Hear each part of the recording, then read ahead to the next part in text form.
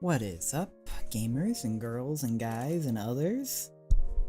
How's everybody doing today? We are starting on time for once. Because I was ready to go. And I was just sitting here waiting for the clock to tick down and doing last minute troubleshooting on some things.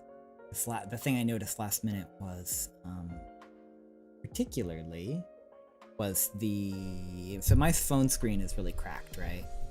Cracked not as in good at video games, but cracked as in shattered. And there's a big crack right on the front facing camera, which is not great, especially for tracking. And especially when there's a bright light pointing right at it. It was reflecting. I will come in one of these until I cannot anymore. What does that mean? It was bright light reflecting on the crack, and then it was not able to see my face, which is lights good or bad? But suffice that to say is I need a new phone at some point. It means I'll have a job. That's right. I'll be streaming when you're working. Well, at least for Wednesday streams, right? So I only stream at this time on Wednesdays. And maybe Fridays. If I do a Friday stream, I'd be doing it at this time probably. But Saturday streams would be earlier for me. / Sunday. Saturday and Sunday. I don't know what time that is for you. But, I mean, you don't want to come to my streams anyways. But yeah, we're here. It's Wednesday, as usual. And I had to stream on your Fridays. Well, I guess we'll just have to stream at the same time then. We'll have to do a collaboration stream then, right? But yeah. I'm just gonna get into it, and we can waffle as we go. It is 6:03 for me, which means we are slightly ahead of the waffle schedule, right? Because I usually do 10 to 15 minutes of waffling for stream. But we're just gonna go ahead and start because this whole stream is a waffle stream anyways. It's all Lego talk anyways.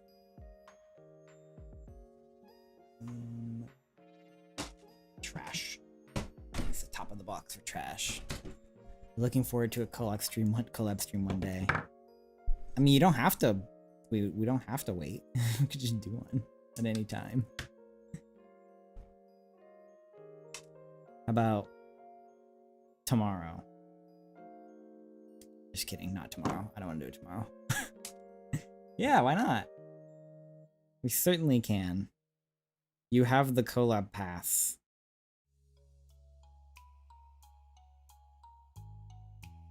I should be doing a collab next week on next Wednesday. If you have any ideas. But I should be doing a collab next week with Osworth, who is another VTuber, who I like a lot. And I think we're gonna be doing what we settled on was there's a browser game called Would You Press the Button? And it gives you like random prompts like should we do unpacking? What is unpacking? Is that like a Overcooked style game? I'm not very good at those type of games. I played with my sister and her partner and I just got sad because they were getting frustrated at me. And I was like, this is too stressful, I don't like it. It's a game where you unpack. That sounds really not fun. Is it fun? Is it like Power Wash Simulator? Like one of those games is just like, the whole point is that it sucks. I'd rather play... I don't really like gaming on stream, actually. Make me suffer. I don't know, that doesn't sound like suffer though. Suffering, sacrificing.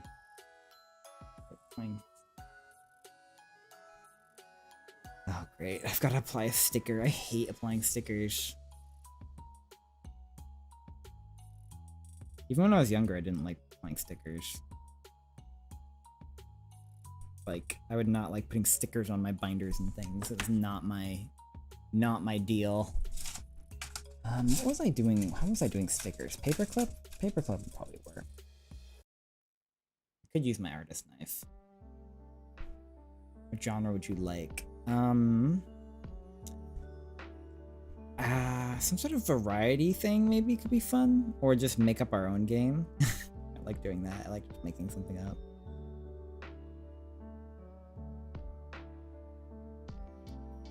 Ugh, man, this sticker looks difficult, actually. I might cut it out.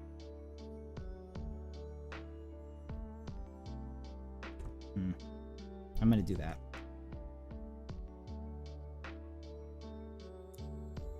I hate stickers. I hate stickers. I hate stickers. Hopefully I don't ruin anything by doing this.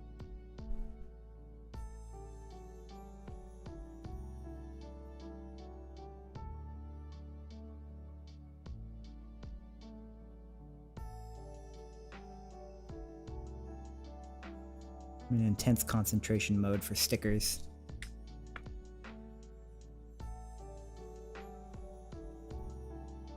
Okay, got the sticker cut out. You do not paint Gunpla, actually. Gunpla, I mean, you can, but the cool thing about Gunpla is you don't paint it, and you don't glue it, and you don't do anything. You just do it, and you snap it together, and you're done. That's why I like it. I usually panel line it, which is like not really painting because you use like a marker, kind of like a special type of marker.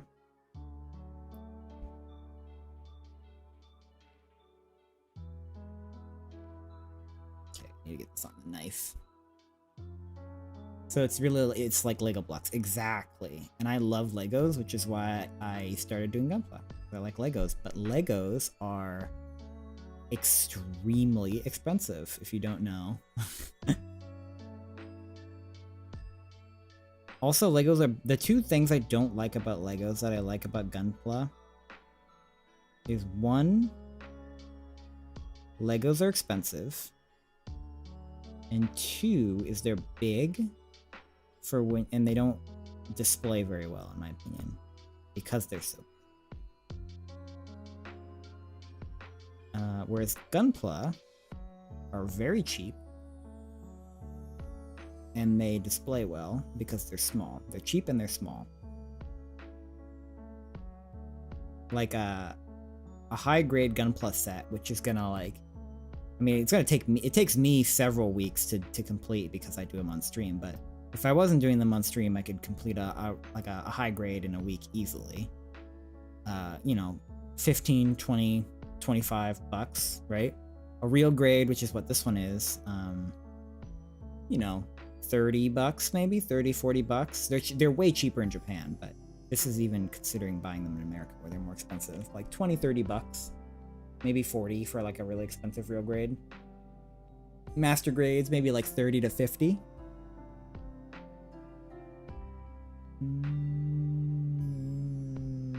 What is this? G1 and F1. So you get a lot of value out of them. The knockoff versions, like Mega Bloks. I used to have a Mega Bloks pirate ship, which was really cool. It was like, it was huge, it was gigantic. It was like, what can I compare it to size-wise? It was probably like 3 feet long.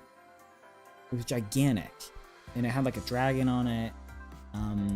Hey Darlarian, lovely to see you.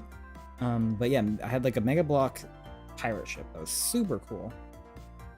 And that was like one of the coolest toys I ever had.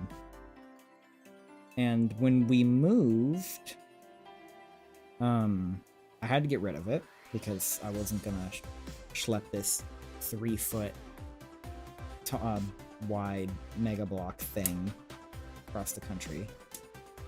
So I had it in a garage sale. In our garage sale we did. See, damn, I do love puzzles like these. I have no room to put it. Yeah. Like, jigsaw puzzles? Do you like jigsaw puzzles? I don't. I hate jigsaw puzzles. I can't stand them. Don't cut. But so I had the Mega Blocks in our garage sale when we left. But it was like, it had a lot of sentimental value. And also, like, it's kind of rare. So I wanted to get a good price for it, right? Because I was like, I'm not just going to let somebody take this and, like, resell it. And people were, like, giving me insulting offers on it. They're like, 20 bucks. I'm like, heck no, dude. This thing's gigantic. And it's, like, kind of rare. And they're like, so I'm like, heck no, not 20 bucks. And then finally, this family came. And they, you know, they showed up with a kind of beat up old car. Which doesn't mean anything, but, and they had their kid, kids were with them. And there was like a shy little like boy, right? And, I was like, hey, come here, I want to show you something. All right. I'm like, oh, like, grab your dad, obviously. Don't like, don't follow strangers. And I was like, come check this out. I'm like, look at this giant pirate ship. It's like, wow. I'm like, do you want this? He's like, he like kind of looked at his dad and I'm like, you can have this for free. Like, if you promise that you like are gonna have fun with it. And he was probably like 8 or 9, maybe. I don't know. I don't know how to judge how freaking children are. I don't know how old. But he was young. And I was like, you can have this for free. Because it looks like you'll have fun with it. So I ended up just giving it away because the money offers I was getting for it from like random adults who were just gonna resell it. I was like, nah. This is too valuable of a memory piece. I want to give it to somebody who's gonna actually use it. So yeah, I just gave it away. But I have memories of that gigantic Mega Bloks pirate ship. And it was in good condition too, because I was the kind of person who would play really like gently with my toys, right? I wasn't like a heavy use toy kind of kid. I'd try and make sure my stuff was really well taken care of. Which means a lot of times I probably wouldn't have as much fun with it, right? But I just like to do that. I don't know, I was a weird kid like that. Maybe it's OCD or something. Like, I wouldn't take my toys outside and stuff like that, usually. And if I did, I'd, like, want to clean them all off and do that. Maybe that's some sort of mental disorder in me. I don't know. But yeah, so needless to say, all my toys and stuff are in very good condition. This piece goes... here?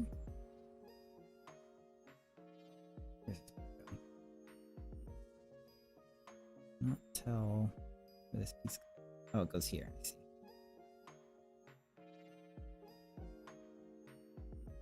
It's kind of hard to fit this piece in. It's gotta go. Okay, I see where it's supposed to go. It's kind of hard to put in now. Oh, there we go. There we go. Is that right? That doesn't feel right. One. Oh, okay, wait. I think I see what it's trying to tell me. It's saying slide this piece in first, and then slide the bottom in, maybe. Let's see if that feels right. Intense concentration mode. Yeah, I think that's right. But anyways, how is everyone doing this evening / morning / afternoon / night / afternoon, depending on where you are? Me, I'm doing okay. I felt good this morning, because I've been under the weather. I felt pretty good this morning. Then I went for like a walk around 10, and then I started kind of feeling sick again after I went on a walk. So I'm thinking there's a good chance that my sickness feeling is allergy related, sinus related, because my head pressure got messed up again when I went on a walk, and it didn't go away for the rest of the day, and it's still there. My head pressure is still off, which makes me cranky and annoyed. because it makes my hearing weird, which really gets me on edge because it makes me paranoid about my hearing, which I obviously am kind of precious about because I'm an audio person, which, I mean, anyone would be precious about their hearing because it's extremely important. But, yeah, needless to say, my head feels weird, but it's fine. I took a Advil before stream and a Zyrtec this morning. Maybe go get checked. I have gotten checked for this. I've gone to an what do they call those? It's the letters E, T, and N. Ear, throat, nose. Is it ENT? An ENT doctor, an ear, throat, and ear, nose, and throat doctor. I think that's what they're called. I have actually seen an ear, throat, and nose doctor last Thanksgiving, and they looked at my ears and they're like, "It's fine. You're fine." Even though my ears just ruptured several days before. You're at work. I just left work, so I know how you feel. I just left work half hour ago. And my doctor said, yeah, he was like, yeah, it's probably allergy related, so just take Flonase, which doesn't help that much. One thing I need to get is some Benadryl. I want to try and start taking Benadryl before bed and see if that makes me feel any better. Benadryl also knocks you on your butt, though, I think.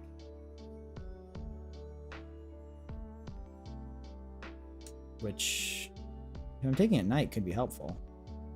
But I worry a little bit, because I don't want to be feeling groggy the next day, right?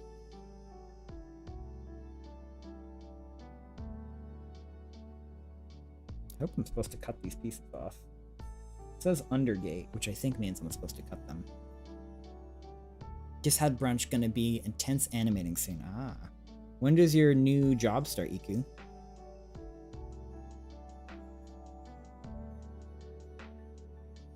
And how many hours of work do you have left, Darlarian?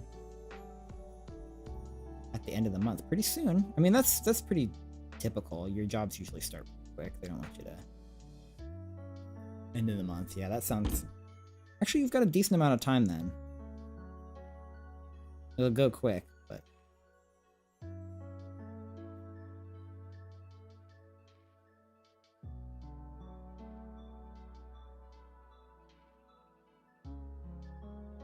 $40 hours a week, yep. Back to being a full-time adult. Unfortunately. Fortunately, if you have a job, that's very good. But unfortunately, 40 hours a week. I am also 40 hours a week. And it's like, it feels like more because it's like, they don't count your lunch break.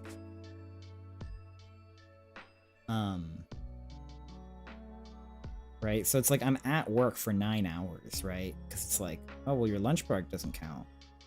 Even though it's like, well, yeah, I have to like, I can't go home and like take a nap on my lunch break. It's not long enough. Which, whatever. Unpaid lunch break. Whatever. It's to be expected. Actually excited because the school... oh yeah, because you get breaks during... break time. And I mean, 40 hours a week, honestly, like... You have a lot of... Well, not a lot. But you have spare time to do shit on when you work 40 hours a week. Like, if you're working a consistent schedule... You know, you have time. Like, that's what I do, and I work on a lot of commissions. It just takes a while to get used to. Like, don't expect to be doing a lot of commission work your first 2 or 3 months at your job, right? Because you're gonna have to be like getting in the swing of it. Which, I mean, you've worked, you've had jobs like your life, you know that. But yeah, just take it easy for the first little while.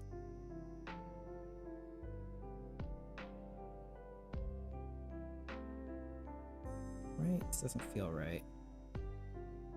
Doesn't look right either. How about this? Yeah, that looks right.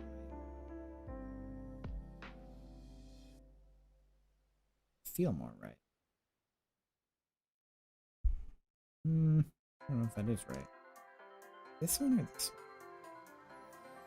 The other one makes more sense. Yeah, the other one makes more sense. I won't be doing commissions after a while. I think projects start to pile up. Yeah. Well, I mean, I'm gonna be commissioning you, so you're gonna have to. You're gonna have to deal with it. Just kidding. I might commission you if I have a project that needs it, which I'm sure I will. Is this right? Is this upside down? No, maybe right side up.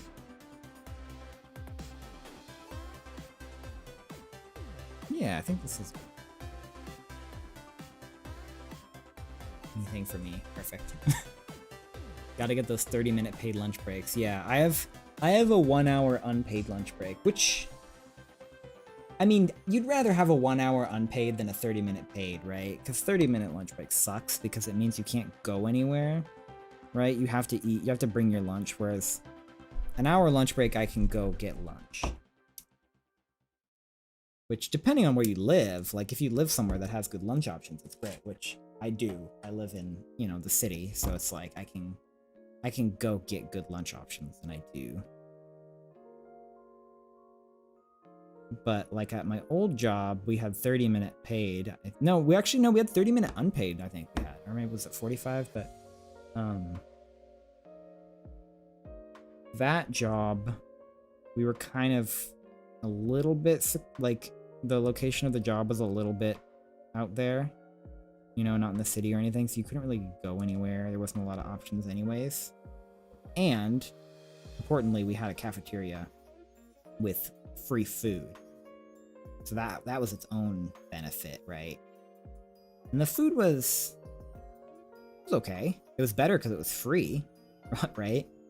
Food always is better when it's free. And there was an ice cream machine. It was a big deal. That's how I survived on that job.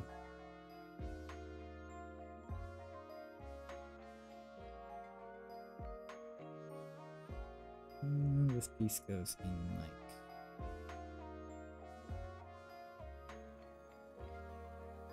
You guys know that phrase, March comes in like a lion? I know there's like an anime called that too, I think. What does that mean? Does anyone know what that means? I'm not gonna look it up right now because I'm streaming, but somebody said that yesterday at work. An old timer kind of was saying it. And I was like, what the heck does that mean? Would you rather have 5 8-hour shifts, 4 10 hours, 3 13s? Well, I'm not even gonna look at the other two. The bottom two, the 2 20s and the 3 13s, because those are weird. But the 4 10s and the 5 8s are a reasonable option.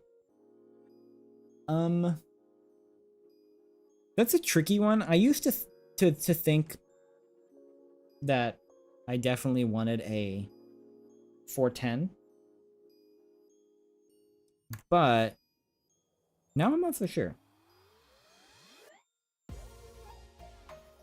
I think I'd still probably like a... This is fine. Yeah. I think I'd still probably like a 410s, just so that I could have 3 days off. I could have 1 full day to just sleep, then 1 day to like really focus on music, and then a second day to do whatever I need to do, errands and music and stuff.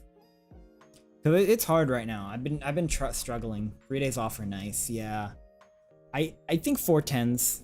I remember some of the older guys at my work were talking about how a bunch of companies were adopting the 4-day work week, and they could not wrap their head around it. I was just listening to them. They were like, they were just talking about 410s, and I was like, no, the companies adopting a 4-day work week are doing 4 8s. That's the whole thing. Like, they didn't get it. They weren't getting the point. They couldn't fathom 4 8s. They're like, their boomer brains weren't ready for that. So I just let them continue to think that they were talking about 4 10s and not 4 8s. But that's the whole productivity thing, experiments, right? They just, it's not 4 10s, it's 4 8th, 4 regular days, and they were finding a no drop in productivity, but a boost in employee happiness, obviously. Which I feel like, I mean, I'm pretty productive throughout the week, regardless of the day, but I feel like my first half of my day, like 50% of the time, my first half of the day is not productive. I cut this gate really badly. I might need to do a little sanding on this. I messed it up. Yeah, sand that. That's it. I beansed that one good.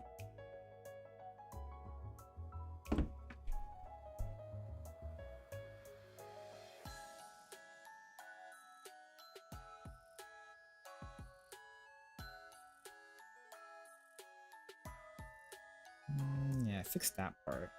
Just the knife. I'll be able to fix this part too. I'm gonna need to sand the other part.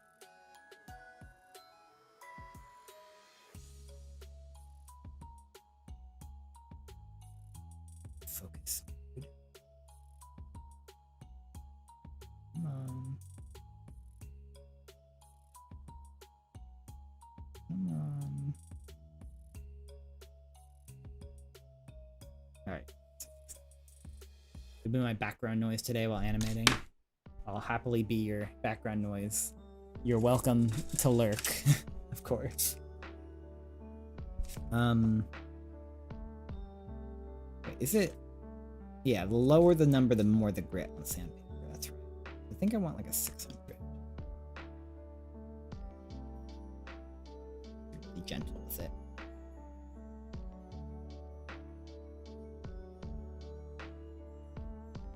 But yeah, 4/8 would be nice. Is that an option? Can I take that one? I'm hoping that maybe if I get really far into my current place at my workplace, someday I can leverage that into doing 4/8 and just making less money. Because I'd much rather work 4/8 and make less money. If I lost a day of pay every week, I would be in a bad spot. Oh, yeah. For some people, yeah, I know it's like kind of depends on your expenses. Like if you're supporting a family or if you're in like a place that doesn't pay as well. I have very few expenses, right? I live alone. I have a tiny apartment the size of a shoebox. I don't have any debts. I don't have any like loans. My job pays pretty well. The area I'm living in is extremely expensive. But like I said, I have a shoebox apartment, so it's fine. So yeah, I could definitely afford to not work a day out of the week each week. It'd be totally fine. Especially because I would be doing freelance stuff during that day. Like I want that extra day to do other work, right? I don't want an extra day off. I want an extra day off to do other work, right? To do music, to do commissions, which don't pay as much, obviously, but you know, I can make $100 on a mix, and I can do a mix a week easily if I had a full day.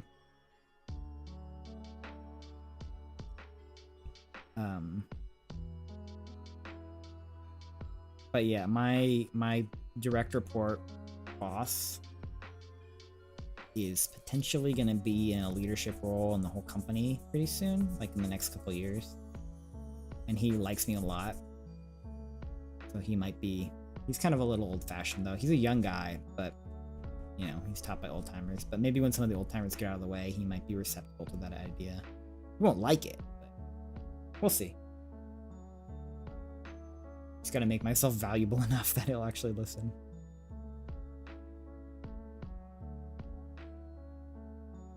But yeah, that's what we're kind of living with.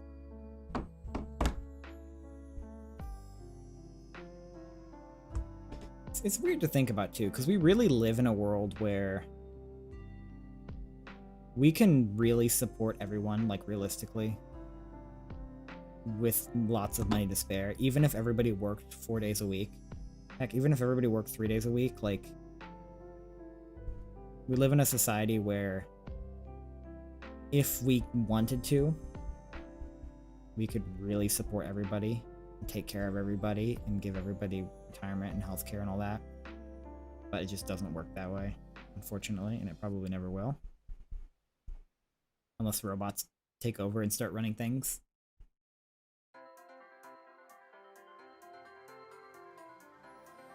Like has anybody read Thunderhead? Or, that's like the second or third book, Scythe by Neil Shusterman.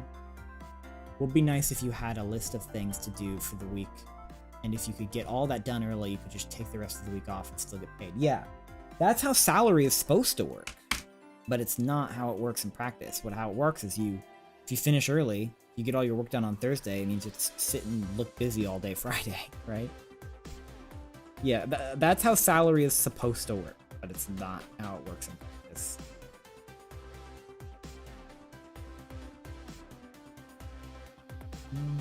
Here's pretty fun.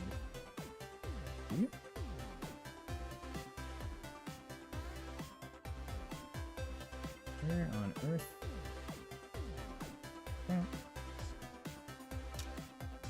This piece goes into here. Yeah. I think this is the cockpit. And then it's on here. Oh, it's an opening cockpit. See, I think I see what it's doing here. Question is, how do I put it on? I think. There we go. Oh, that's cool. That's really cool. Check this out. Opening cockpit. Okay. That's pretty cool. Bit of a gap, though. I just wish I could work 10-hour shifts per week instead of 5/8. Yeah, we were talking about if we'd prefer 5/8s or 4/10s. I think most people would prefer 4/10s. I don't know, though. A lot of people, like, I've discovered semi-recently, a lot of people just really, this is going to sound bad, but they don't have that much going on outside of work. And so when they can't work, they, like, do not know what to do with themselves. Not everybody, obviously, but there are a lot of people who, it's like, literally, it's like, if they're not working, they lose their minds.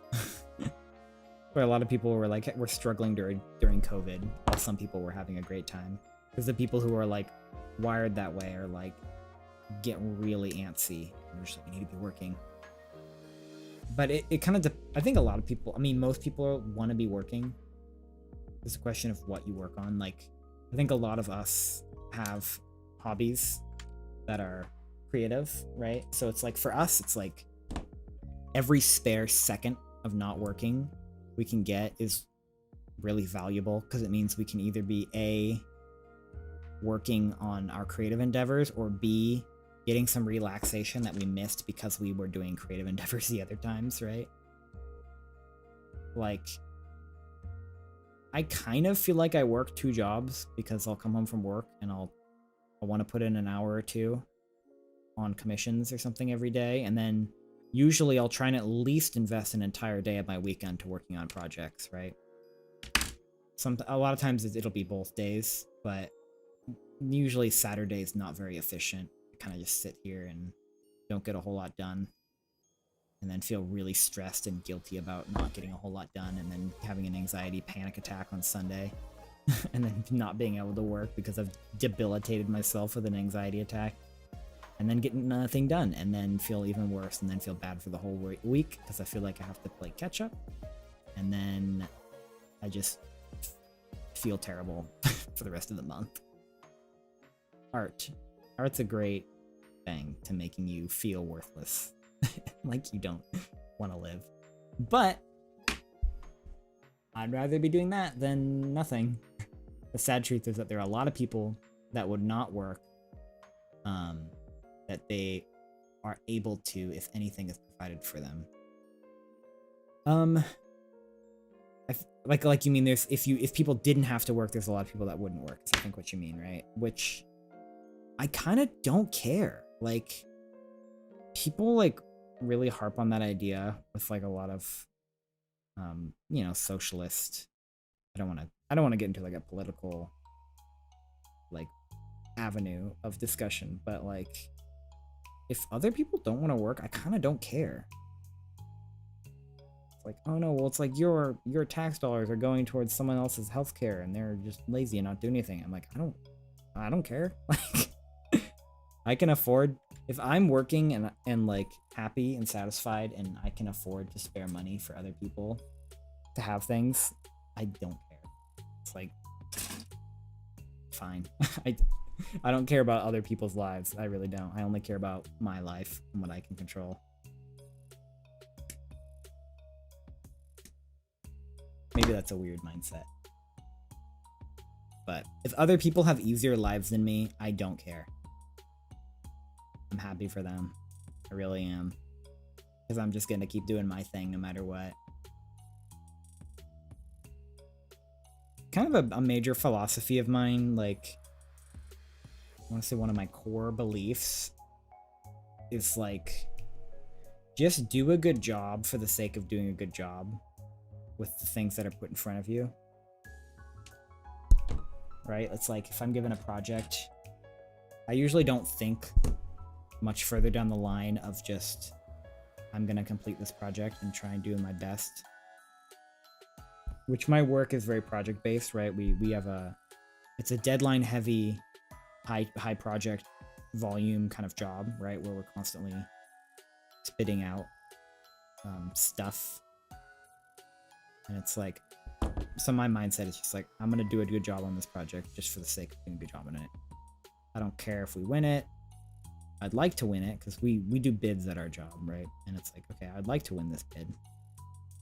If I don't really care because I know that I did a good job on it, and that's honestly kind of enough for me. Like, I know I did a good job on it because we've had like some I mean, pretty common, like, you'll work your butt off on something at my work, and then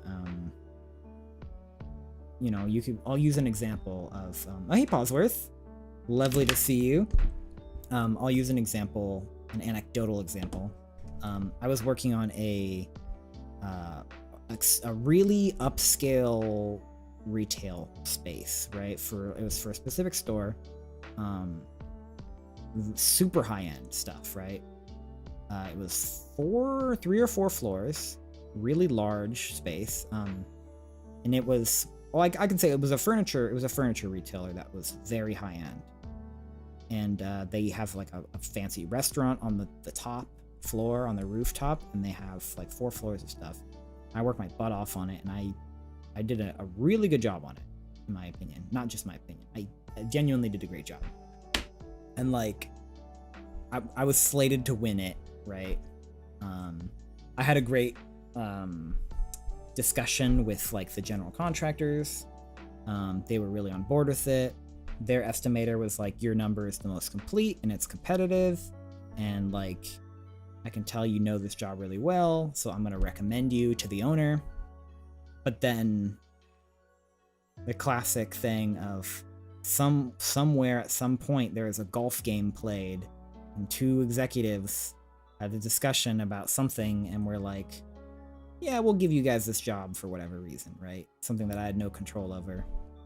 So even though the general contractor estimator was like, I'm recommending you for this project, you did a great job, then it's just like gets pulled out from under you because there was some deal somewhere struck, you know, behind the scenes.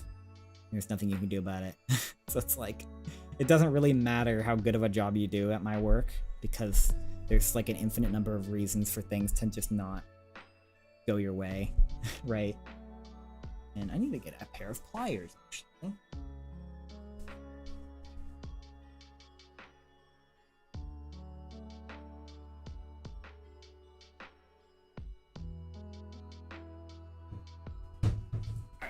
I am back with pliers. New pliers, not because I broke anything, but because I don't want to force this in at an awkward angle. I want to be able to do it right. Go. Clicked in. I bent the piece a little bit with the, well, not bent, but I squished the piece a little bit with the pliers, but that's fine. It says tightly fit these parts as far as they will go. Thus, tightly fit them. Oh, that one just popped right in. Nice. Those are stiff. Those are stiff puppies. Man, those are tight in there. Okay, hopefully that's fine. Yeah, I think that's good. A27 and 28. Where I work, we get quite a few people that get hired that can't bother to show up on time, lie on paperwork, skip out on duties, and just play on their phones all day. Yeah, that's a bummer. My last job was like we'd have people in the crew like that, where it's like half of us were working our butts off and half were doing nothing. I'm fortunate in my current job that we have a really good team. I think our company wide, like, honestly, everybody works pretty dang hard and people are pretty focused. So I think that's kind of a nice environment, right? Because it's like, I never feel any animosity towards anybody because I know everyone else is working pretty hard.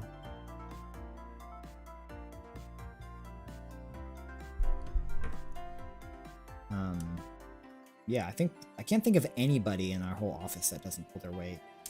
We had somebody who really wasn't pulling their weight for like 2 years. They were doing nothing. And our company doesn't like firing people. So it took forever for them to get fired.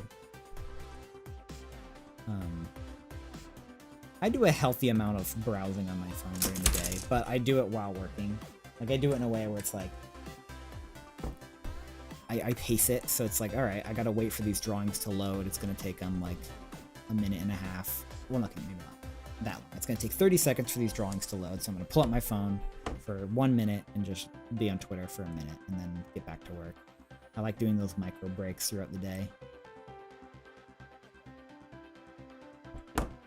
At my work, there's just one guy who gets distracted and spends his whole day screwing away. Screwing around. It's me, I'm the problem. Yeah. I mean, being an independent is hard.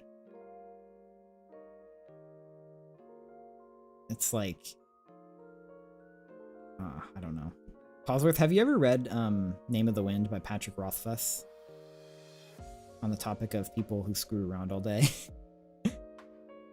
It's an instantly fireable offense and up to a federal crime to lie on paperwork at my job. Though that doesn't seem to stop people sometimes. Interesting. Darlarian, do you have any anecdotes about people lying on their jobs? Because I don't think I've ever personally encountered anybody who lied on their job interview. I know, because he hasn't finished it. Yeah. Oh, so I see what you mean. You're saying you're boycotting reading it at all until he finishes the whole thing, right? Well, I'll never read it, but you seem to know the whole deal, right?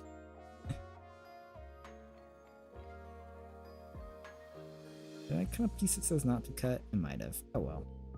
C'est la vie.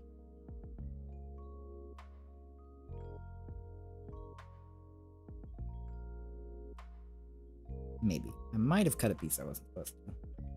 But I'm gonna pretend I didn't. Pretend everything's fine. Can't be left in suspense. I'm weird in that I don't care that much about the endings of things.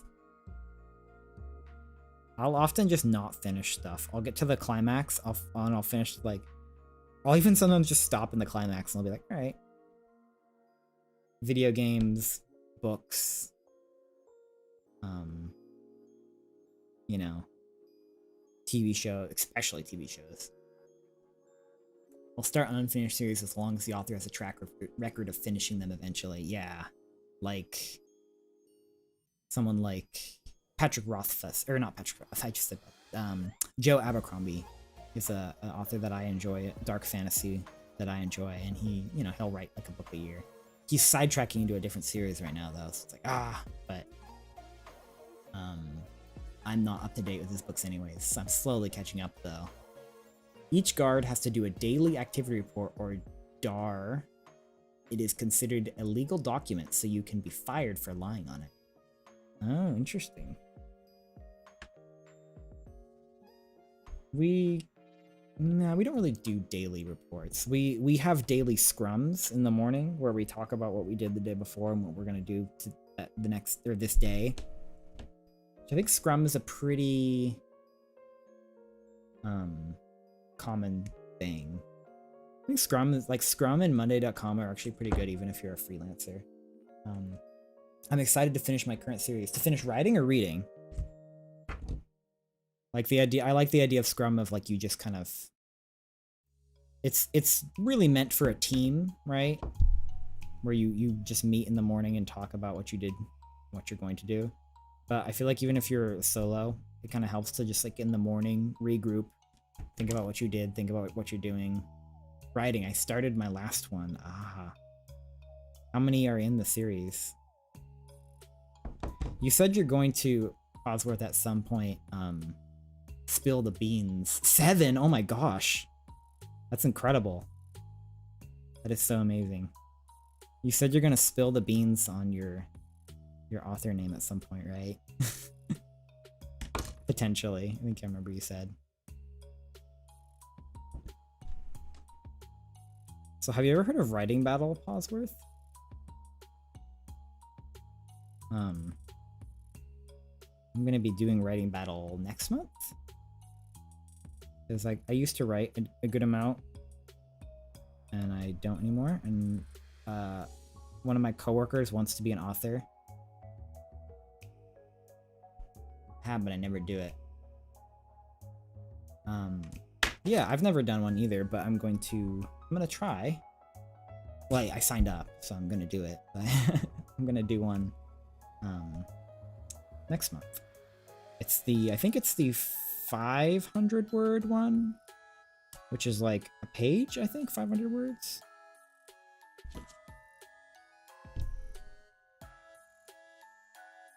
I'm liking this cut the sticker out method.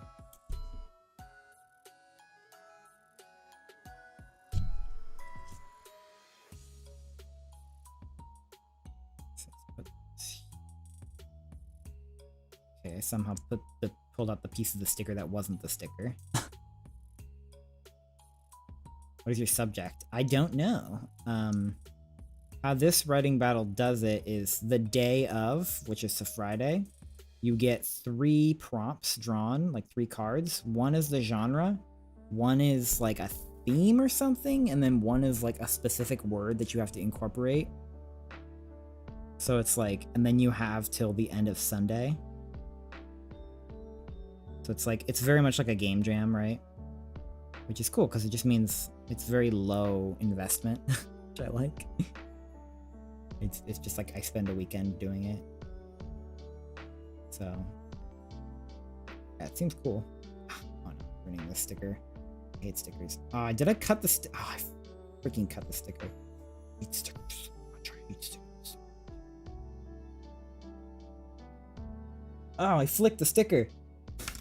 It landed on my hand. I can't even begin to tell you how much I hate stickers, but I'm going to try. I hate stickers. There we go. I told you. Now you know.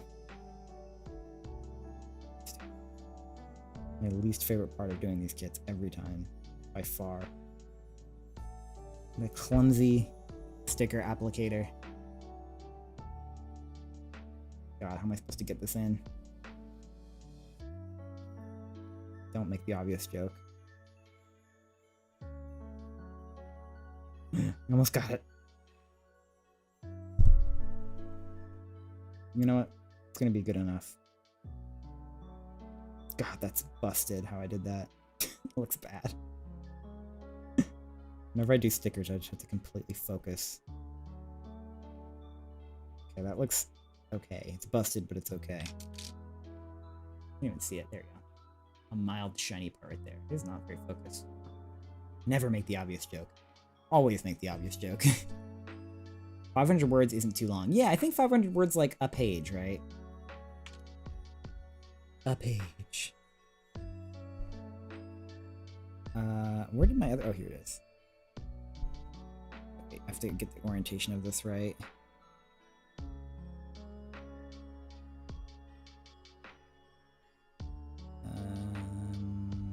Like this. And this...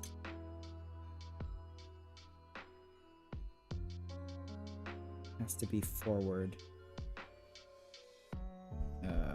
This has to go...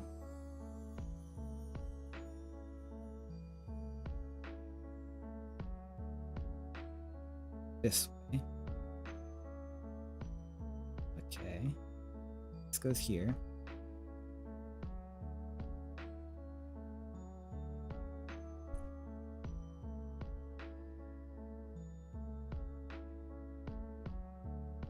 Neck piece doesn't want to stay in place.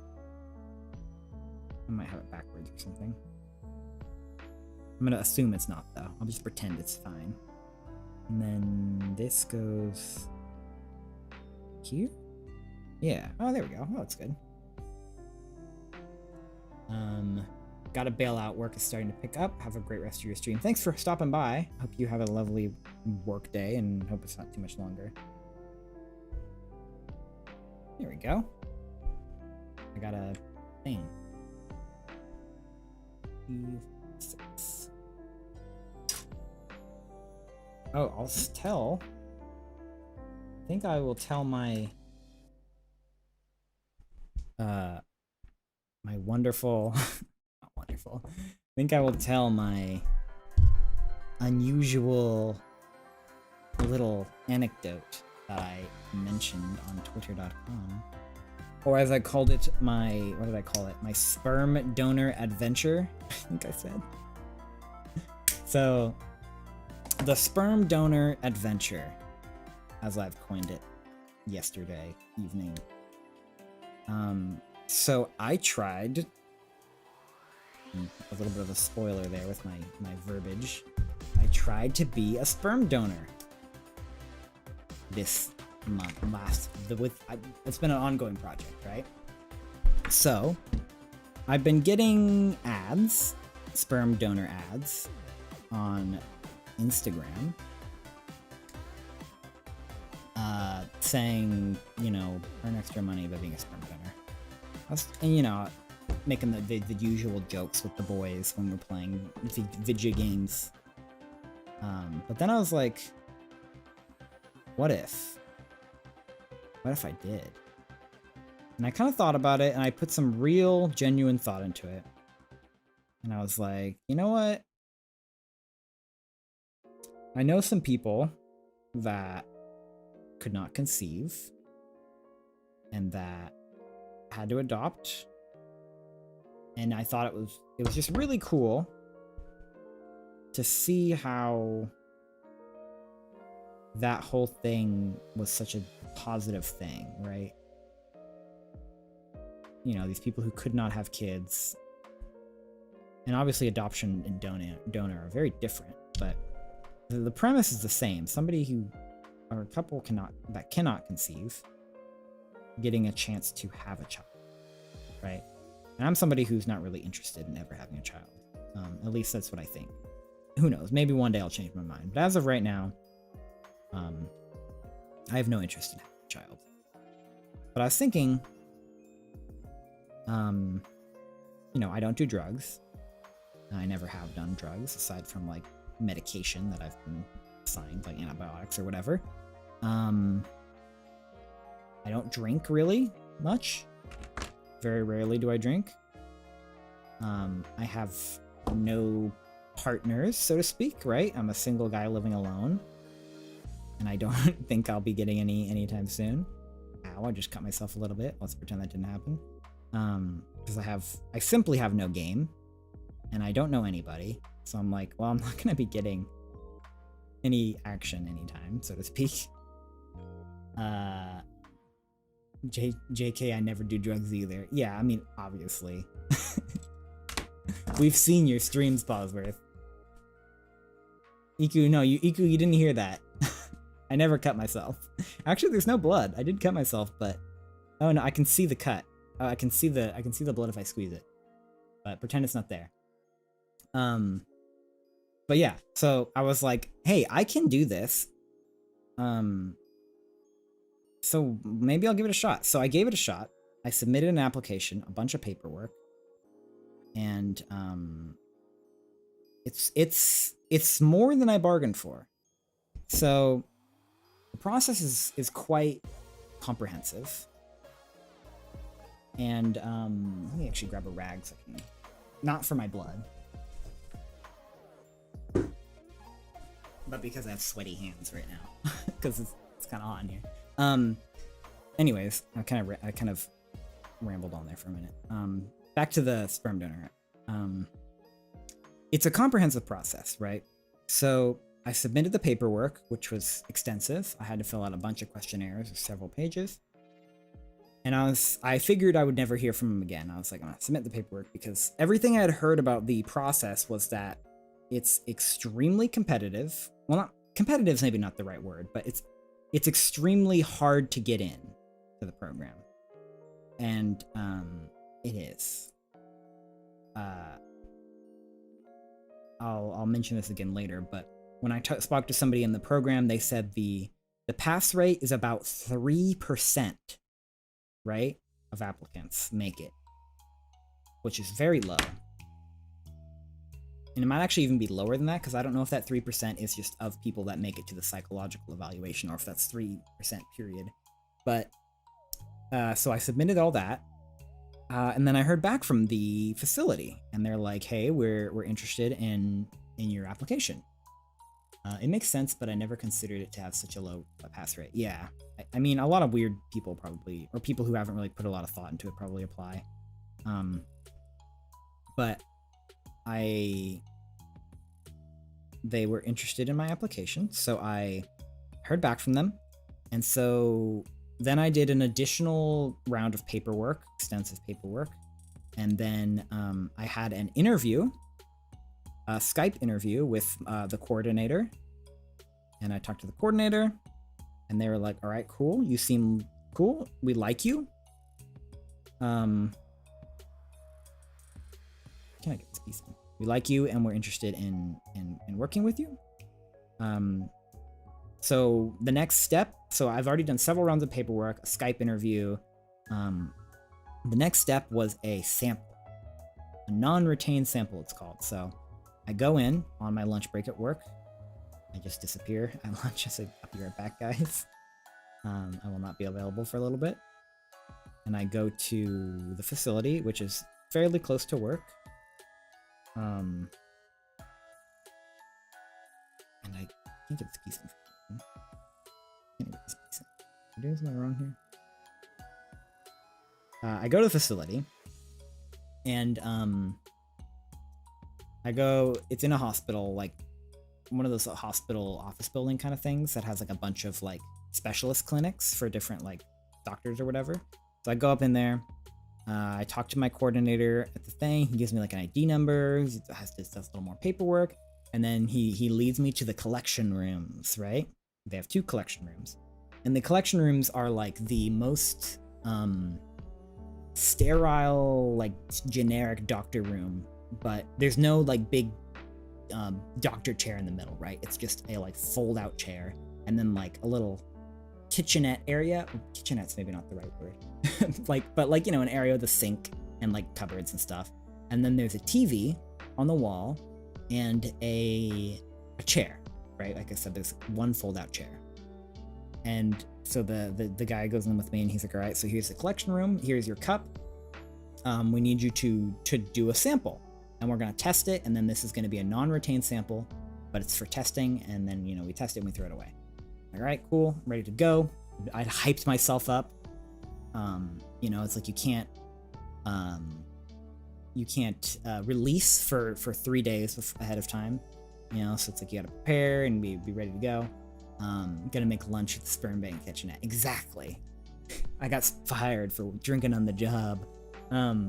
Which, okay, funny that you mention that, because in the very front of the office, when you first walk in, there's a big, huge like medical fridge full of cups, and like it says like "not for food or drink," and I was like, I beg to differ, and then like nobody left. but it was funny. But so I go in the collection room, right? And so there's a TV, and he pulls up like a remote, and he's like, all right, here's the TV, and we have all the porn stations on here. And I'm like, okay, I'm not gonna need that. But he opened it up, he went to the site, and funny enough, I don't know if this is a coincidence or whatever, but the first thing that comes up like on like I don't even know what this service was. It literally looked like Netflix, but it was like all porn, and I was like, I don't know what this is. But the first video that was up when he turned it on was like cucked by my own doctor, and it was like a doctor themed one, and we were in like a hospital, and I'm just kind of like okay. But I'm like, you know, I'm not gonna use that. I, you know, have my phone. I've got my own stuff. So I was sitting there thinking, so, you know, he obviously left. I closed the door, I locked the door, and I was sitting there thinking, and I was like, all right, what's the appropriate amount of time, right? Because I don't want to come out too quickly. Yeah, that's a double entendre right there. I don't want to come out too quickly, and I don't want to take too long either. So I'm like thinking in my head, I'm like, what's the right time to spend in a sperm collection room? And I was like, probably 15 minutes, right? I think that's probably reasonable. I don't know, because I don't know what other people's habits are, but I was like, 15 minutes seems right. So I'm like, all right, I'm gonna set the timer, and I'm very professional about this. I'm like, I'm gonna set the timer, and that's when I'll go. So, you know, I'm doing what you do to prepare. No beat the record. I could definitely do it quicker than 15 minutes if I wanted to. So I set the timer, was looking at some stuff, getting prepared. You know, I do the thing into the cup, right? And then like right at 15 minutes, right? I fill the cup. Well, I don't fill the cup. I definitely don't fill the cups. The cups are pretty big. And then I screw the cup closed. I screw the cup, and then I screw the cup. You know what I mean? And I come out of the room, and it's so embarrassing because this is a very small little office thing, and there's like not even a reception, like chairs or anything. Like you come in, there's a reception desk, and there's two like secretary receptionist people, kind of. Well, they're coordinators. I'm not gonna call them secretaries. I'll call them coordinators. That's what they are. And then there are like 3 offices in there with like doctors, like in lab coats, you know, typing away and like doing chemistry with the seminal fluid. And there's like these big like metallic refrigerated capsules full of like vials of samples and all this like high-tech looking sperm collection stuff.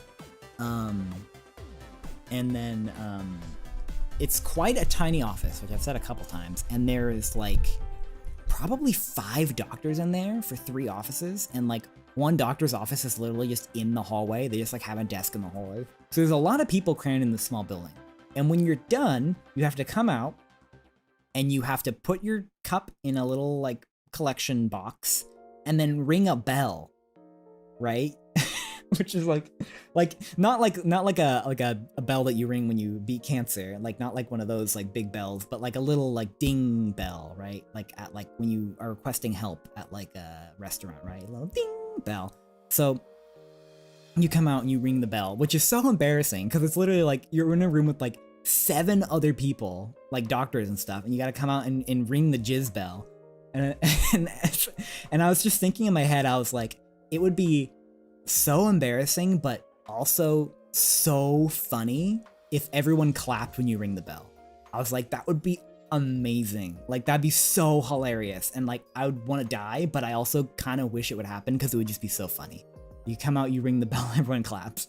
But you ring the bell, you put your thing in the jar, and then a doctor comes out immediately, right, and takes your sample because they want to like not to like sit out in like room temperature or whatever. I'm assuming. So they come out and take it right away. So I do that. I go back to work, right? Because it's just my lunch break. So then after that, there was a psychological evaluation. So I mentioned that this was a comprehensive process, and it is very much a comprehensive process. Like, I had already done interviews, I'd already done a sample, I'd already done paperwork, and now there was a 2-hour-long psychological evaluation with a professional psychiatrist, a third-party psychiatrist, who that the company contracts out.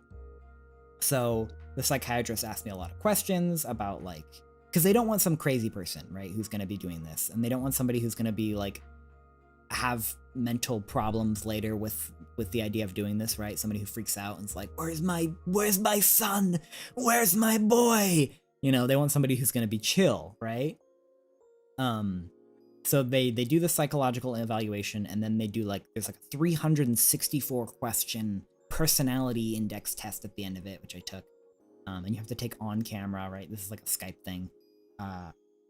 And then, so after that, they texted me and they're like, hey, we need you to do a second sample.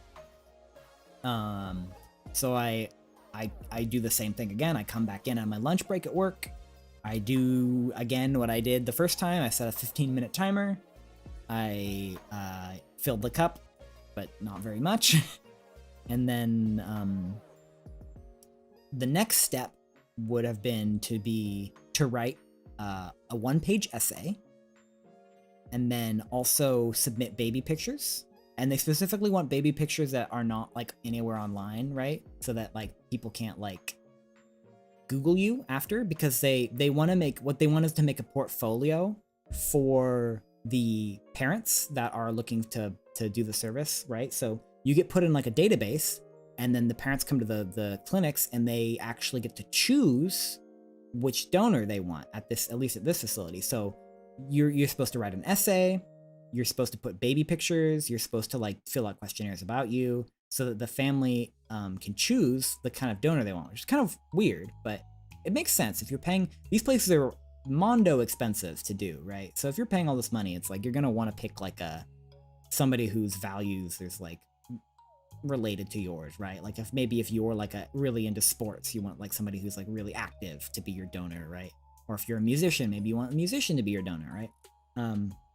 Unfortunately for me, at this point in the process, I was contacted and told that I was not being selected for the program, which was kind of disappointing. Actually, it's really nice that there's so much thought put into this so far. Yeah, it's kind of a cool thing, and like I was doing it because I thought it was a cool thing to do, not for the money, right? Because the money's not that much. I'll tell you actually how much the money is in a minute. I genuinely wanted to do it, right? And I thought it was a cool thing to do, to help people, you know, like giving blood. And I felt like there's like kind of a stigma around it, right? It's like not taken very seriously, but like I was like, this is a cool thing to do. But I was informed that I was not selected to go any further in the process, and they do not tell you the reason why you were rejected, which is a bummer.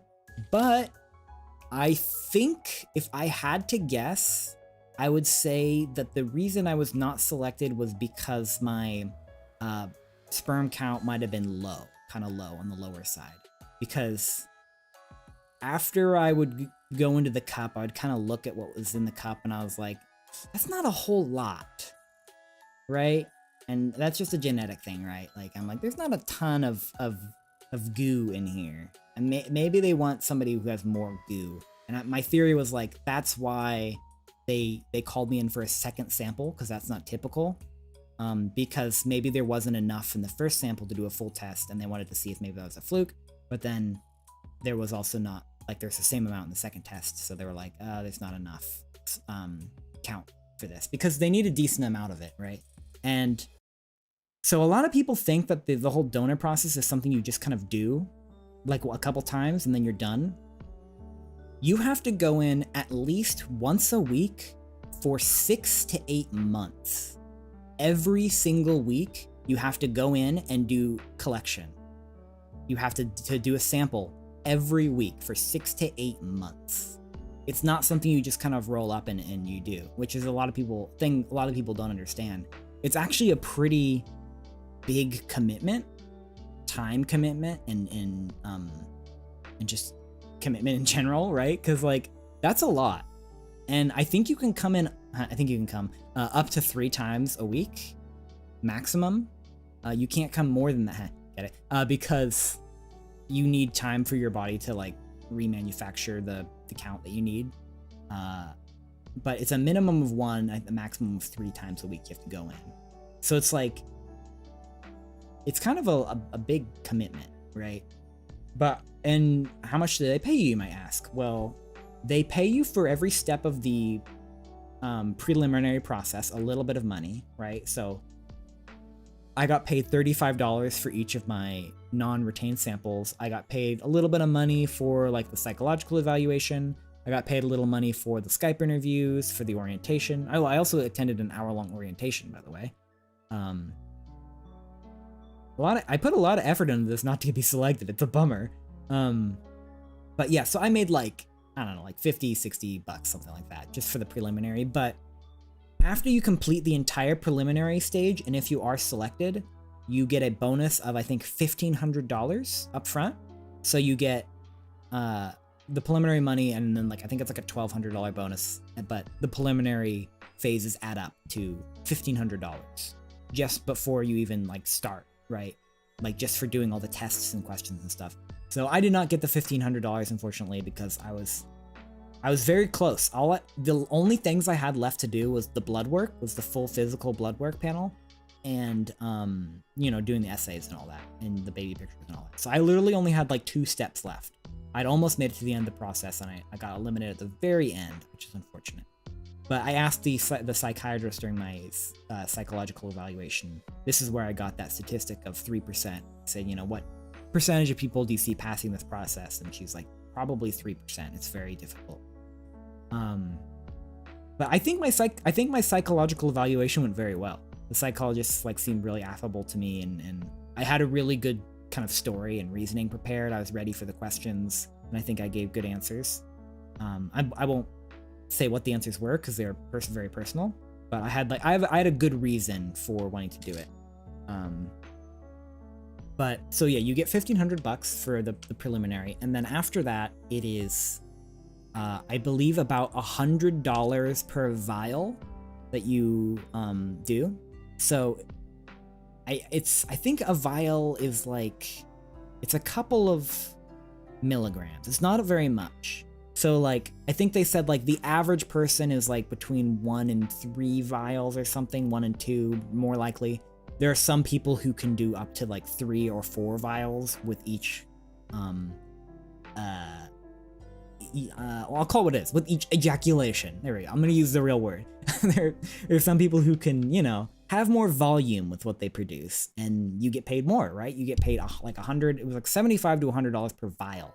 So like, if you're somebody who climbs big ropes, you know, you have the potential to make some serious dough. You can turn some dough into ropes, right? No, ropes into dough. There we go. But my theory was that I was not producing enough output, if I had to guess, because I looked at it in the jar and I'm like, there's not a whole lot in here. Which again, it's just a genetic thing, right? But so you have a potential, and you're going in, like I said, minimum once a week. So you have a potential to make about $100 a week for 6 to 8 months. So it can add up to a pretty decent chunk of dough. Unfortunately, you have to pay taxes on it, which is a bummer. I understand why, but it feels bad to pay taxes on that, right? It's like, the government shouldn't be able to tax my jizz. Like, come on. Literally. Like, you don't get a cut of that. You have nothing to do with that government. So yeah, I did a lot. I sunk a lot of hours into it and a lot of like emotional investment into it. I was not selected at the very last minute. I was informed last week that I was not selected. Like, I'd even told my parents, right? I was like, hey, mom and dad, like, I'm thinking about doing this thing. Like, I wanted to get your blessing on it, because it's not just my genetic information that I'd be volunteering out to the wilderness, right? It's you know, the family line or whatever. And they were like, yeah, we don't care. Do whatever you want. It's like, all right, cool. But I didn't tell anyone else, which, good thing I didn't, because I didn't get selected, and that would have been embarrassing if I had told a bunch of people and then didn't get into the program. But yeah, so that was my donor adventure. I did a bunch of stuff. I went into a room on my work break at lunch and juiced in a cup twice and made a little money. Not very much though, because I didn't get into the actual collection stage. But yeah, that was just a little side project because I really needed more side projects to work on.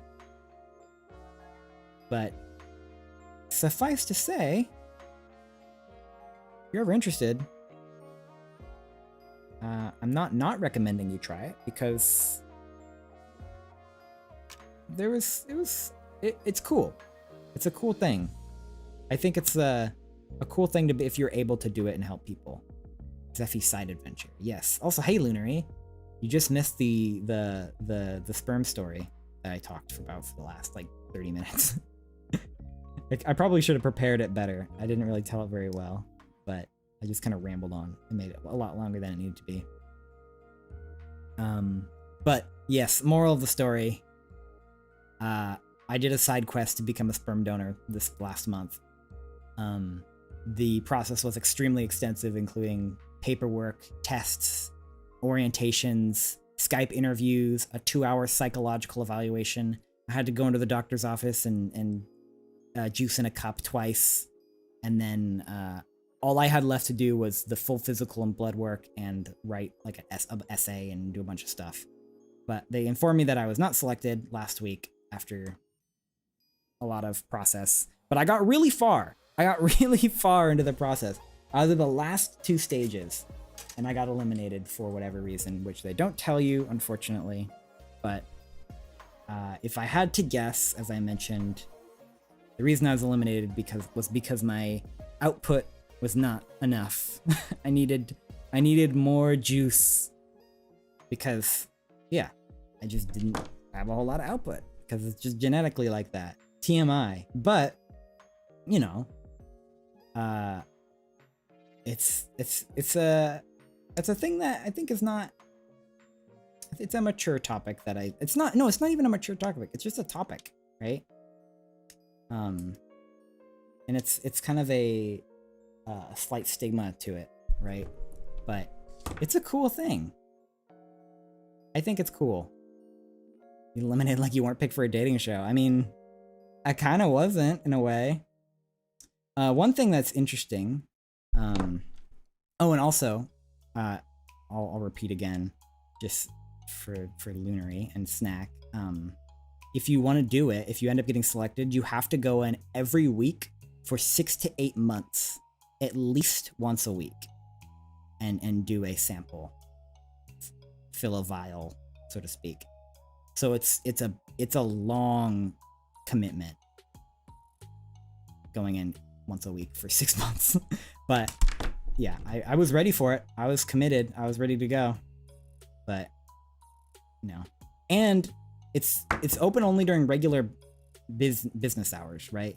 So it's like you have to go on your lunch break at work and then go back to work. Just a little awkward. And I would have had to tell my boss if I got selected. And I've been like, hey, once a week I'm gonna disappear and go do this thing. You know what it is. You know how this works.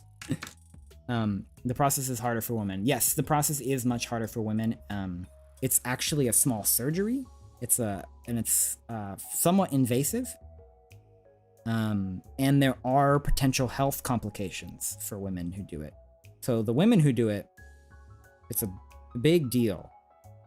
And really cool people who can do that. Your boss is easy enough to let you do that. Yeah, you'd have been fine with it. So long as I wasn't, taking up work time, right? Because like I said, I would go during my lunch break and the place was about a 20-minute drive. So I would drive there, 20 minutes there and back. That's 40 minutes. That would give me 20 minutes to do the process, which is enough time. And then 40 minutes of driving at my lunch break. I wouldn't get to eat lunch that day, but that is not an issue at all because I regularly skip lunch just for the hell of it. So it would have not eaten into my working time at all. No way I'm doing surgery. Yeah, the process for egg donations is kind of really hardcore. But I think there's less demand for egg because you still need a surrogate, right? So you might as well just use the surrogate's eggs, right, to carry the baby. At least as far as I know. But also, another interesting thing is if you get selected, if your sample gets used and the process goes out and there's a child, it's reared from your genetic material. When that child turns 18, they're allowed to request your information. So you could do a sample and then 18 years later get a phone call and be like, hey, what up? I'm your kid. You're not entitled, I think, to do anything. I don't even think you have to like answer the phone call, right? That'd be pretty fucked up if you didn't, but you know, you're not entitled to do anything, I think. I'm pretty sure.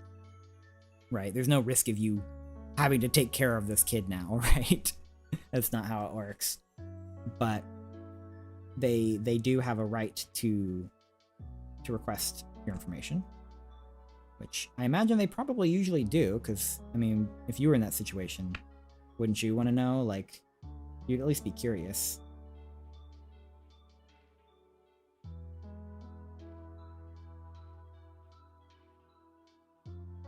But yeah, no donor for me. I tried.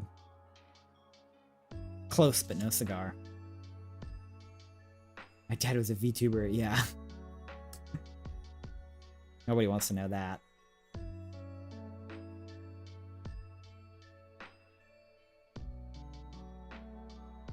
No get-rich-quick scheme for me there. But, I mean, honestly, I'm such a busy freaking person already. It's probably good that I didn't get another thing to add to my plate, even though it's something that I could just do during my regular workday. It's probably for the best, because I've already got so much to worry about. Not worry about, but just do.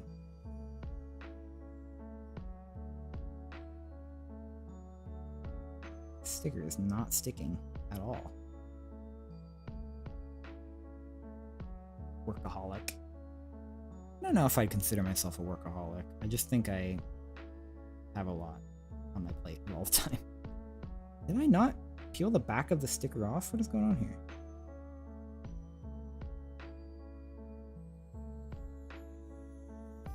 Totally not sticking at all.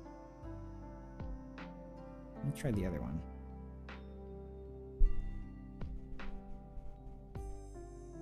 Yeah, I think I see.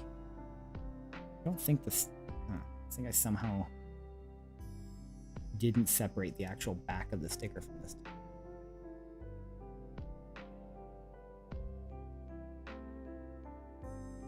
Yeah, because that feels like paper.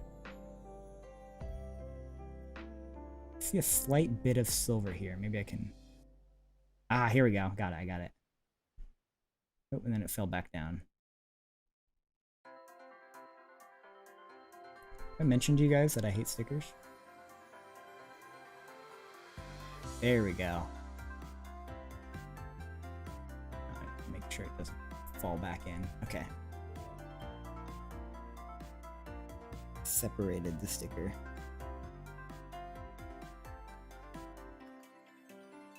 Always get quiet when it's sticker time.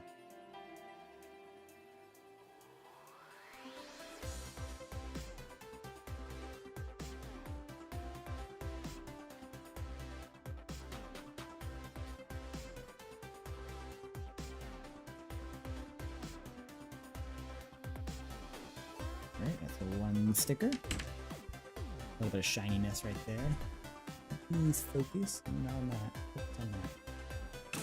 Now focus. And then two sticker.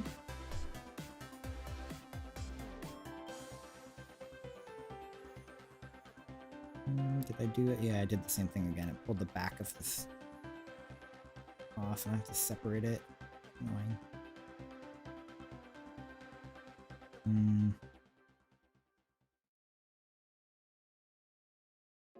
I almost got it there.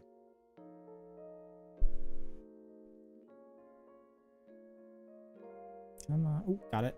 Ah, dropped it again. The Gunpla tools arrive tomorrow. Have you ever done one, Herd? I think you I remember you talking about it the other day, I think. You have the if I remember, you have the tools, but you're getting shipped, right? Or maybe you bought new ones. Because they're in the United Kingdom. Bought new ones. What did you get anything notable or just kind of general? Like you get any God Hand, gun primer racers?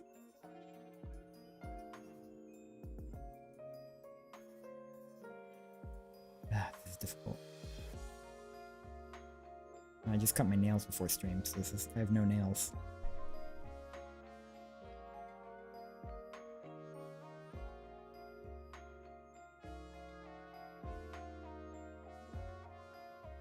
Come on.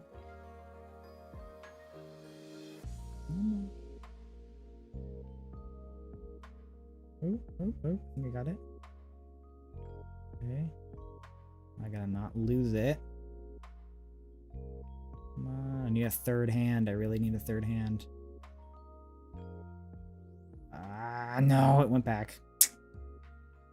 Okay, it's not difficult. It's just enough.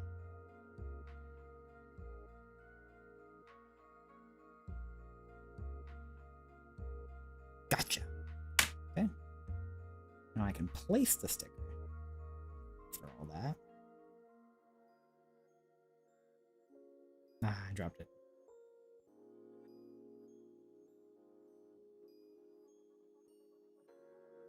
My sister's boyfriend, who, longtime boyfriend, so he's my brother-in-law, really. Like, they're not married, but he's my brother-in-law. Used to work at a sticker factory. So he rocks at doing stickers. But obviously I don't live with him or my sister. But wish I did, because I'd have him do all the stickers. Just general tools and a ceramic scraper and a pin vise set. What's a pin vise set for? I don't have any ceramic scrapers. I kind of wish I did. I just have sanding sponges. More stickers.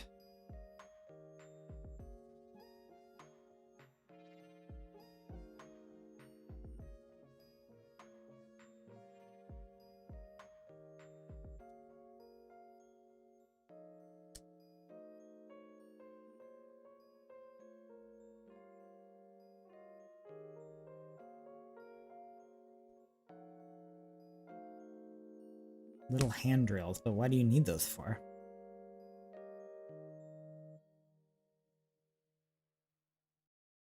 Can't imagine.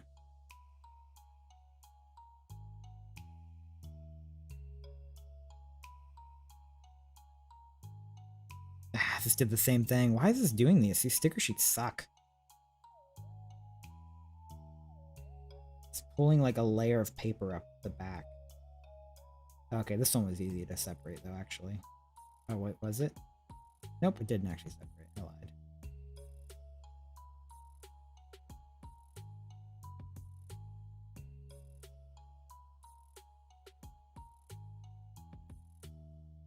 I have some plans for custom stuff like camera-related projects. Ah, okay.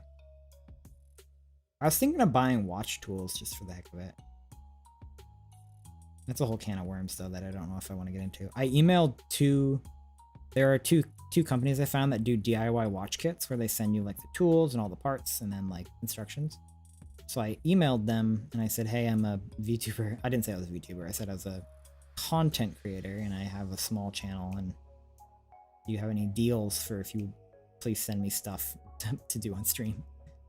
I probably won't get any reply because I'm too small. I wish I had 10K on YouTube. That'd be... Because if you have 10K on YouTube, that kind of opens the door, at the very least. Still pretty small, but at least brands will listen to you if you have 10K. Which, I mean, brands have listened to me before. I've gotten sponsorships for stuff. I've done Micah giveaways that I didn't pay for. I got sponsored, which is pretty cool. But If I had a bunch of subscribers, I'd literally just like leverage that to get free stuff for other people. Like I'd do a bunch of giveaways just because it's cool to give people stuff.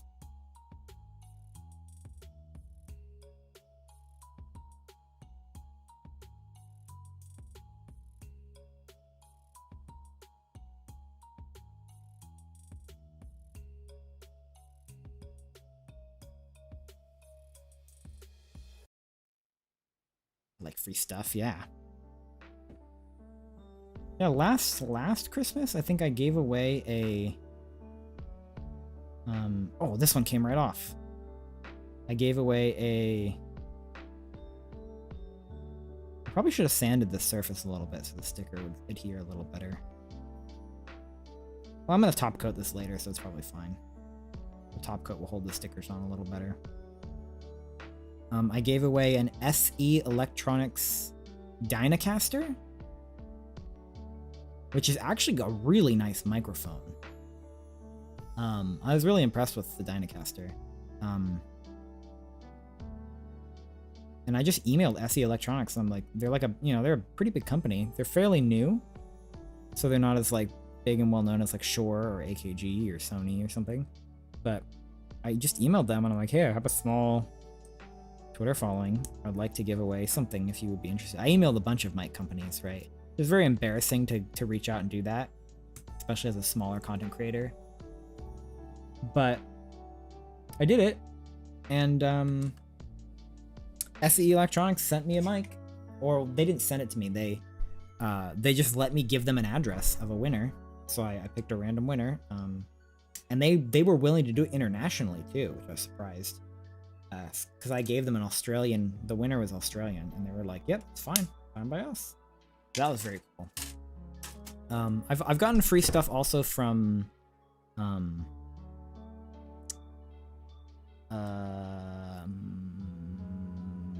what is that mic called that I have? I don't know. There's a video for it on my channel, but there's a company, Chinese company, that randomly reaches out and gives people a free mic on Amazon. And I still, to this day, regularly will get people emailing me because I'm on their website's list as like one of the people who's like collaborated with them, along with a ton of other people. But I'll still get people like regularly, not regularly, but every once in a while will email me and be like, hey, is this legit? It looks hella sketchy, but they listed you on their website and you look legit. And I'm like, no, it is actually legit. It does look hella sketchy, but it is legit. Somebody just recently, Lunar, you didn't get reached out to about that, did you? Somebody I know did. They're called, let me look. I have the mic sitting over here. Or wait, no, actually I put it away. What is it called? Let me look at my YouTube channel. I have a video of it.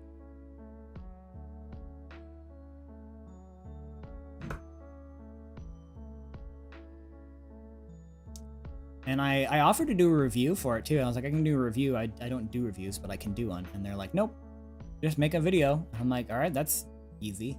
So I literally just, here, I'll even put the video on. I just played on it on stream, or not even on stream. I just made a little video, and they paid for the mic. So, boom, mic sponsorship. I'm legit. I'm a real VTuber now. It's pretty cool. And the mic is, yeah, it's okay. It's decent.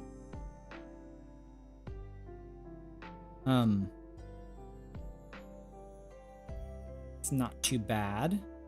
It's not like an incredible mic, but it's pretty good. I was impressed by it because it's like it's an unknown Chinese microphone company, right? So it's like probably gonna be not very good. But I would value it at probably about $150. That's the quality I'd give it, maybe a little more. So it's a decent little microphone.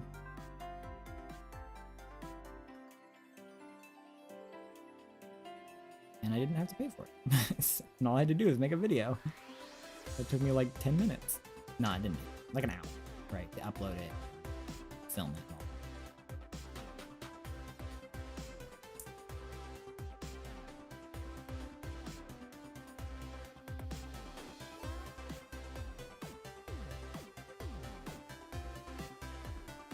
I wish I had more subscribers so I could do more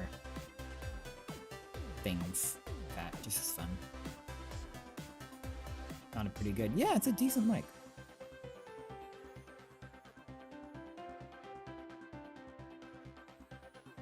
I think we are done with the chest unit. Yeah, we're done with the chest unit. We're actually getting through this kit pretty quickly. I mean, I barely built anything. I built the chest and the jet. But hey, Zebby. Hey, Ben. How's it going? Get some better view visibility. So this is what I did last time. The little jet, and then here's the chest unit. I need to get a better camera. I don't know why that camera doesn't look better. Like, it's an iPhone. I think it should look better, but it looks okay. Just wrapping up some stuff for the day. Yeah, I'm probably gonna wrap up pretty soon too. Just because I like just doing one part per stream. So we finish the chest, and then next time we'll do the arms. And then the time after that, we'll do the head and probably also the guns and shield, just because the head's pretty simple. And then the stream after that, we will do the legs, probably.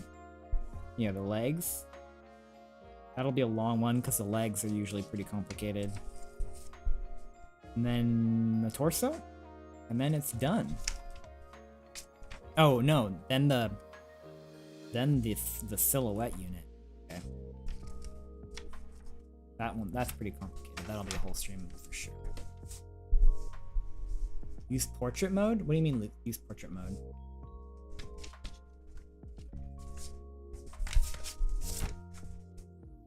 I'm using the back-facing camera right now because the front-facing one didn't look good. It's an iPhone SE too, which is not like a super new and nice one. Is it? It might be a, actually, it might be like a, no wait, it's not an SE. It's like a 6 or a 7. My tracking one's the SE. But I'll be getting a new phone in September for sure, just because my current one's cracked and I don't want to be using a cracked phone anymore. DSLR, I don't want to spend money on that. And more importantly, much more importantly, I don't want to set it up because that sounds like it would not work. Somehow it wouldn't work. Just because that's how things always are, right? But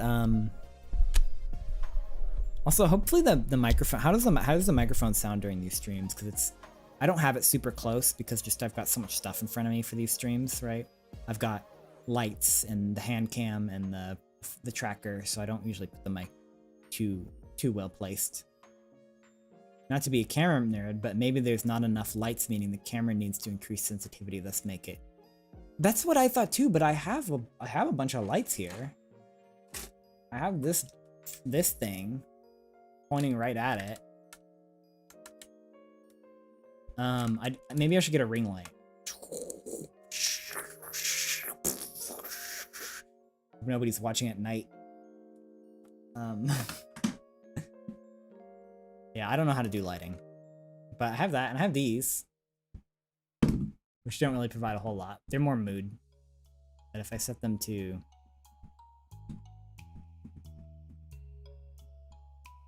yellow, they give a little bit of light. I'm like, thanks. Good. That's what I wanted. Yeah, maybe I need a ring light. I don't know. I don't know how lighting works. Maybe I need a second one of these, because I only have one and it's coming from the left, and then I put these usually to the right. Phone quality. You think a ring light would help for this kind of thing? More than, like, this light? This is just reading lamp. But, like, it's pretty bright. I'll turn it off. So now you're really seeing the grainy. Very dark now. I think my room lights are at 100% too. Yeah, they are. What if I... Nah, I'll leave them there. A softbox? I don't know what that is.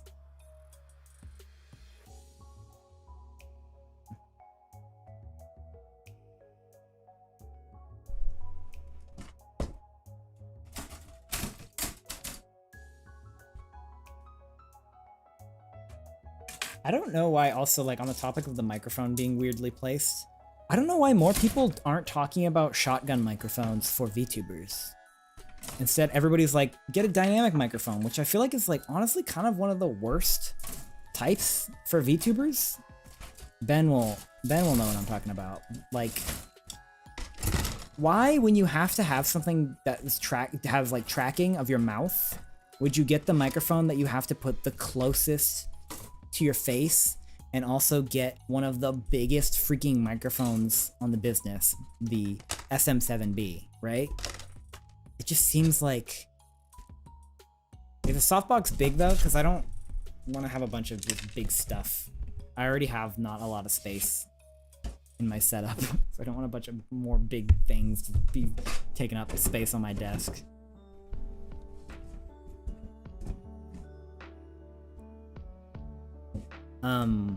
But yeah, I don't see why more people don't recommend shotgun microphones for VTubers, because it honestly seems like a good match, right? You could put it farther away. It's not going to interfere with your tracking. It's not going to get in the way. Instead of the SM7B, which you literally have to put in your freaking mouth for it to sound good. And it's also gigantic. It's like, come on, guys. Why are we still using the SM7B? It's a fabulous microphone. The SM7B is a great quality microphone, but highly, highly overrated for the application of VTubing. The one I have folds up and you put it away every time. But like, does it take up a lot of space when it's open, right? That's what I'm worried about, because I just don't want more stuff. I have enough stuff. I don't want more stuff.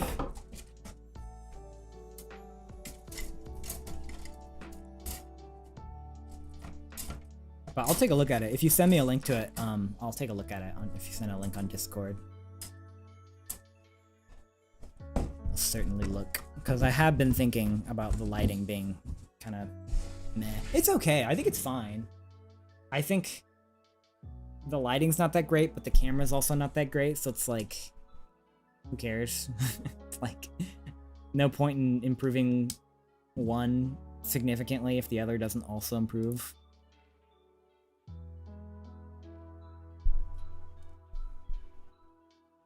Kind of cleaning up, getting all the nubs, picking them up with my finger.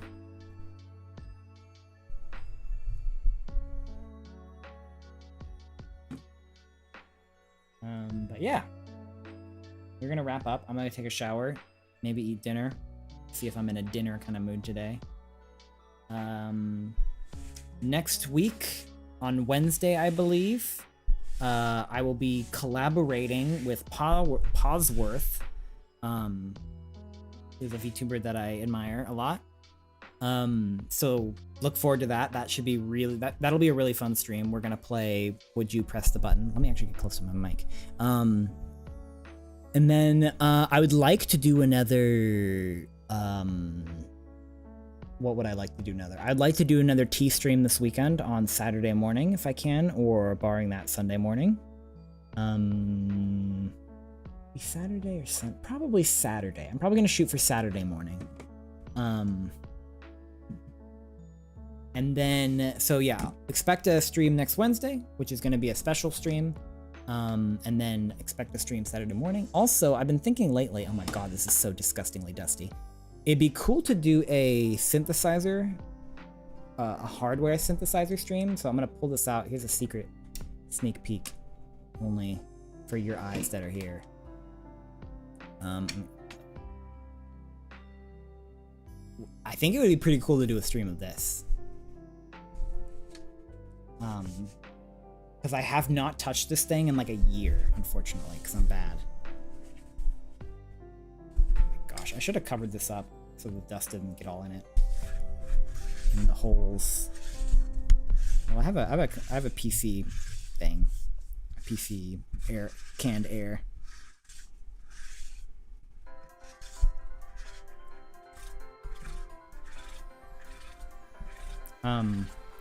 But I think it would be cool to do a stream like this with one of this thing. I think. So I'm just knocking the heck out of my mic. A hardware synth stream. Buttons and knobs. So Yeah, I haven't touched this thing, like I said, in like a year. And I'm not very good at using it. I don't really know how to use it very well, but that's why it would be fun to stream, I think. I mean, it'd be more fun if I was like an expert and I could be like, all this cool stuff. But I have a fundamental knowledge of synth sound design. But this is a synthesizer. This is an instrument. So you use this to create your own sounds from scratch, right? So, and it uses actual electronic, like, signals, right? It's not like pulling samples of like recordings. It's using electricity to make the noise, right? So I might do one of this. Who knows? Maybe next Friday, next Wednesday. I want to do Gundam streams once a week if I can, just because I want to get this kit done. I actually want to complete a kit for the first time in months. But yeah, expect one of these soon. I've been thinking about it. Think I'm gonna do it. And yeah, collab next week. More collabs to come. I'd like to be doing collabs at least every other week, probably. It's probably gonna be every other week. So yeah, expect more streams. Hope everybody has a wonderful rest of their evening, morning, afternoon, night, wherever you are, whatever you're doing. I hope you have a wonderful time. Thank you very much for coming to my stream this Wednesday evening for me. And yeah, until next time. I need to get a better outro. I keep saying that. I need to actually write an outro out. I have one for my T-stream. Maybe I'll T-stream this Saturday so I can actually do my outro. But yeah, have a wonderful day. Bye-bye.